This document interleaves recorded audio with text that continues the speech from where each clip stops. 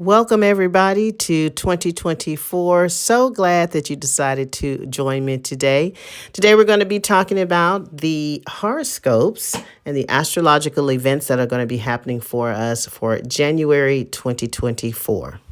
So, on January the 1st, Mercury will go direct, as it's been in its retrograde motion since December, in the sign of Sagittarius. On January the 4th, Mars will enter into the sign of Capricorn, where it's going to be prompting us to get busy with business. January the 11th, the new moon goes into the sign of Capricorn. This is time for us to set our intentions at this time, and especially intentions that have everything to do with the long term. January the 12th, Juno goes retrograde. January the 13th, Mercury will enter into the sign of Capricorn. So we're going to be talking business at this time. January the 20th, the Sun will enter into innovative Aquarius. January 20th, Pluto enters into Aquarius, and that is a big event, which we will have a separate video on, because that is going to prompt the cycle for the next 20 years and what our lives will start to look like in a very innovative way. So it does deserve its own video. January the 23rd, Venus will enter into the sign of Capricorn. January the 25th, we have a full moon in the sign of Leo. And January the 27th, Uranus finally goes direct in the sign of Taurus. So those are the astrological events that will be happening for us for the month of January the 24th. Now we'll get into our individual horoscopes for you and see how this January, the first month of the new calendar year, will pan out for you. Hey, Taurus, Sun, Moon, and Rising. Here's your horoscope for January 2024, and welcome to the new year. As we start off the new year in January for you, Taurus, the energy, your Sun and your new moon is going to be focusing on the area that governs your international travel, long-distance travel, educational pursuits, your belief system, your faith, your religion, how you see the world. So what we could do is, with the Sun being there, we could see an increased intensity, energy, vitality, attention towards the potential for a long distance trip. So maybe some of my Taurus risings are embarking on a long distance trip. This may see some of you renewing your passports, visas. Maybe some of you are doing some type of citizenship type work at this time. But this has a lot to do with you and your attention being drawn to foreign places and foreign lands. So if it's not about you actually taking a trip, this just could be you showing an interest in other cultures, other countries, and how other people live. Now, when we talk about other people and foreigners, we're going to also talk about your faith. So this could put you in reconnection with your faith, your religious beliefs. Maybe some of my Taurus risings are showing an interest in a new form of religion, or how you worship, or incorporating something more spiritual into your life.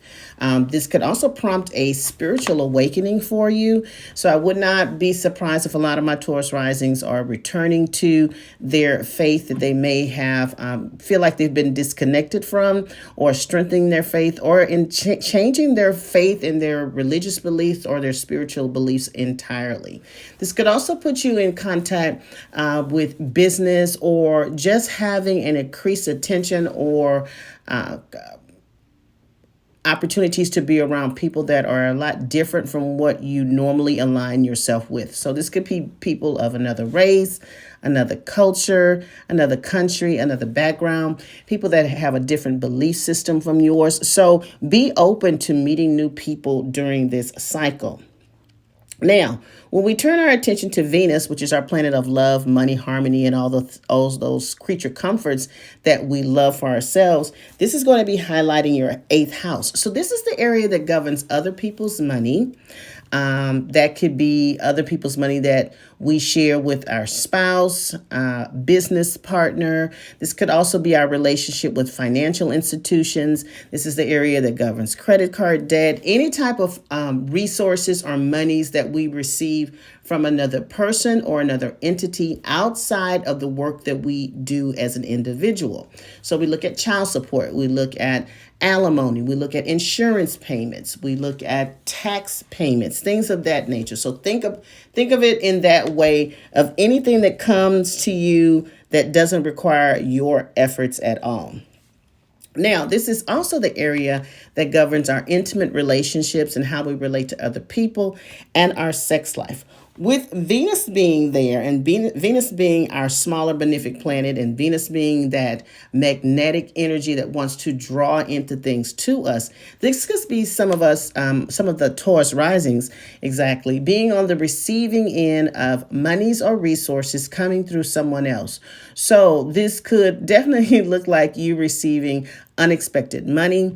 This could be unexpected money by way of sources that you just weren't expecting. Maybe you get that long overdue child support settlement. Maybe you are getting an insurance settlement. Maybe you're getting a bonus for some of the work that you've done in some way. So look for pockets of monies and or resources coming your way that you just didn't expect and didn't do anything for, which we always appreciate that. This could see some of you, your business taking off, especially if you're in partnership with someone else in business. This could definitely look like increased business, increased customers, increased clientele. Now, if this energy is not directly impacting you, remember, this is the house of other people's money. So this could be impacting a person that you're in partnership with, a business partner, a spouse. So whatever benefit that they are receiving, it trickles down to you because you are in partnership with this person. So look at it from that perspective as well, that this could be benefits coming through your partner or a family member or someone that you're connected with. Now, with the Venus being there in the 8th house and this being the house of intimacy and sex, this could be some of you could be going into a new relationship, a new partnership that has a romantic connotation over it during this month. This could be a change in the dynamics of a current romantic relationship because this is the house of sex. This could be some improvement in your sex life. So if your sex life has been stagnant or it has been suffering in some way, this could bring increased opportunities for you to reignite that area of your life. This could bring a more intimate connection with you and someone else. And it doesn't necessarily have to be a romantic partner. Again, this is the intimate connections we make with other people. So this could be family, this could be friends, it could be business, whereas we reconnect with that person on an intimate level. But if we're speaking from the perspective of romantic, this could be a reconnection of the two of you with regards to your intimate life and your sex life. Now, when we talk about the full moon that's going to be in Leo, that's going to be impacting your 4th house. The 4th house governs our family, residential property, the buying and selling of property, our physical space where we actually live. This is also the area that governs our immediate family. This is a parental house. So we look at our mother and our father, primarily our mother, or the prominent women that are close to you. With the full moon represents endings, adjustments, and acknowledgments. So with this being there, this could be a month that really has you paying attention to your family dynamics, issues within the family, conversations within the family, final decisions that need to be made. So some of you have been pondering whether or not you wanted to move, whether you wanted to purchase your first home, purchase some property, sell some property. So you could be walking into a phase where you're making a final decision around a housing or a family dynamic. Now, this could also, I would always suggest to you that this could bring increased attention around the parental house or the prominent women in your family. So that looks like your mother, your aunt, your sister, your daughter, those women that have a pivotal role in your life. They could be needing your attention, your assistance, or just wanting to spend more time with you. So paying attention to those relationships at this time. But again, this could be a final decision made on a residential type situation. Now, this could look like someone moving out because this is a full moon, which is an ending. So this could be someone moving out of the house house, but there could also be just serious changes or the dynamics of your living situation or your family changing over this next month.